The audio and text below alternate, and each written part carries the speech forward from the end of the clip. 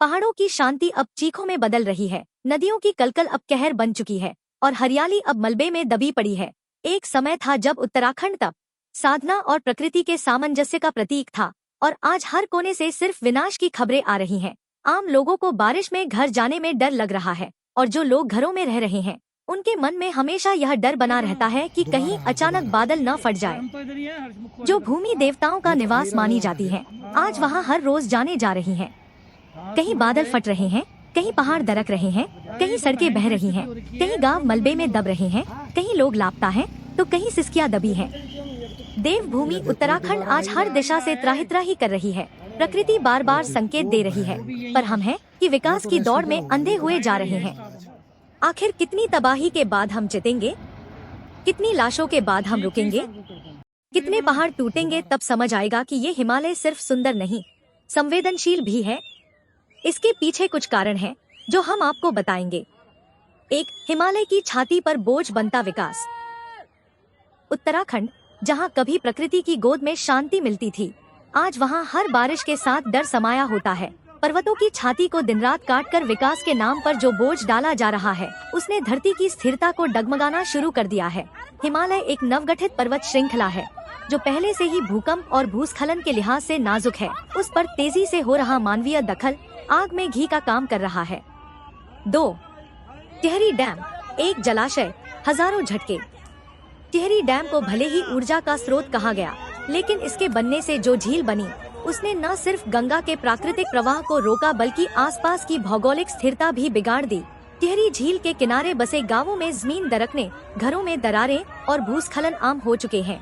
ये धीमी तबाही है जो कभी भी एक बड़ी आपदा में बदल सकती है। टिहरी एक प्रतीक है कि कैसे विकास के नाम पर विनाश को आमंत्रण दिया गया। 3. सुरंगें, पहाड़ों के अंदर चल रही खुदाई। हाइड्रो प्रोजेक्ट से पानी लाने, बिजली पैदा करने के लिए और चारधाम में रेलवे परियोजना के लिए पहाड़ों में सुरंगों का जाल बिछाया जा रहा है। ये सुरंगें पहाड़ की भीतरी चट्टानों को कमजोर करती हैं। तपोवन में हुई आपदा इसका स्पष्ट उदाहरण है, जहां सुरंग निर्माण के दौरान अचानक बर्फ और मलबे के तेज बहाव ने सब कुछ तबाह कर दिया। सुरंगें जब बनती हैं, तो पहाड़ों की आत्मा रोती नहीं, सीधे फट पड़ती है, बादल फटने या भूस्खलन के रूप में।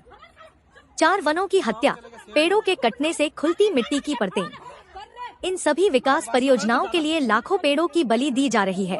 जहां पहले घने जंगल हुआ करते थे, वहां अब कटी हुई पहाड़ी ढलानें और धूल उड़ती है।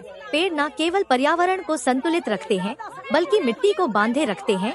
जब पेड़ नहीं होते, तो बारिश आते ही मिट्टी फिसलती है, और यही होता है हर साल उत्तरकाशी, चमोली, टिहरी और रुद्रप्रयाग जैसे जिलों में। 5. हर गांव तक सड़क, वरदान या संकट। उत्तराखंड के हर गांव तक सड़कें पहुंच रही हैं, जो किसी चमत्कार से कम नहीं।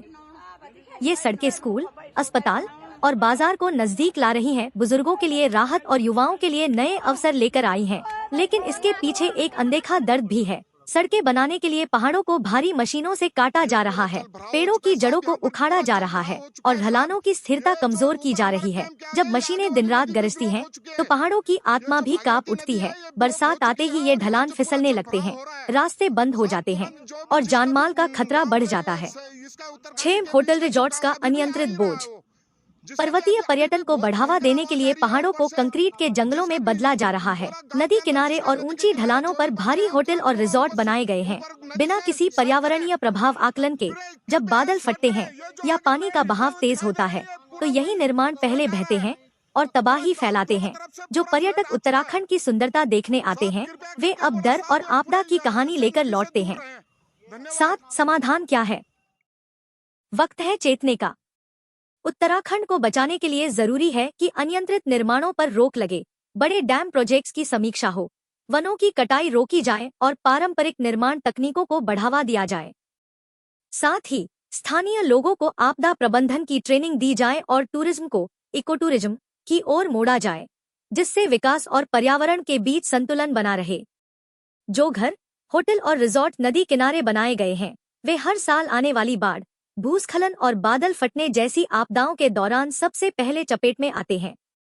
ऐसे निर्माण केवल पर्यावरण के लिए नहीं, बल्कि वहां रहने वाले लोगों की जान और माल दोनों के लिए बड़ा खतरा है।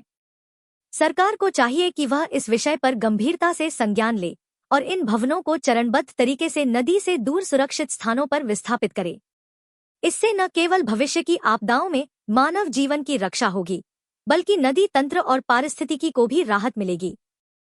प्राकृतिक आपदाओं को रोका नहीं जा सकता, लेकिन सही योजना और समय पर हस्तक्षेप से नुकसान को काफी हद तक कम किया जा सकता है। अब वक्त आ गया है कि विकास के साथ साथ संवेदनशीलता और सतर्कता को भी प्राथमिकता दी जाए।